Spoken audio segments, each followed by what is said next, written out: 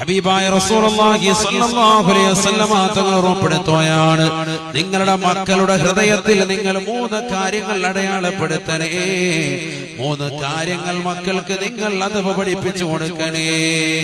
ആദ്യമായി നബി തങ്ങൾ പറഞ്ഞത് ഹുബ്ബി നബിയിക്കും, നിങ്ങളുടെ പ്രവാചകരോടുള്ള മഹബ്ബത്താണ്. അഥവാ അല്ലാഹുവിന്റെ റസൂൽ മുഹമ്മദ് റസൂലുള്ളാഹി സ്വല്ലല്ലാഹു അലൈഹി വസല്ലമ തങ്ങളോടുള്ള സ്നേഹം മക്കളുടെ ഹൃദയത്തിൽ അടയാളപ്പെടുത്തണേ. വഹുബ്ബി അഹ്ലി ബൈതിഹി, അല്ലാഹുവിന്റെ റസൂലിന്റെ അഹ്ലു ബൈത്തിനോടുള്ള മഹബ്ബത്താണ്. മൂന്നാമത്തേതായി വതിലാവത്തുൽ ഖുർആൻ, പരിശുദ്ധമായ ഖുർആൻ ഓതലാണ്. ഖുർആൻ തുടക്കം മുതൽ അവസാനം വരെ മാന്യമായ രീതിയിൽ തജ്വീദിന്റെ നിയമങ്ങൾ അനുസരിച്ചുകൊണ്ട് മക്കളെ ഓതാൻ പഠിപ്പിക്കണേ.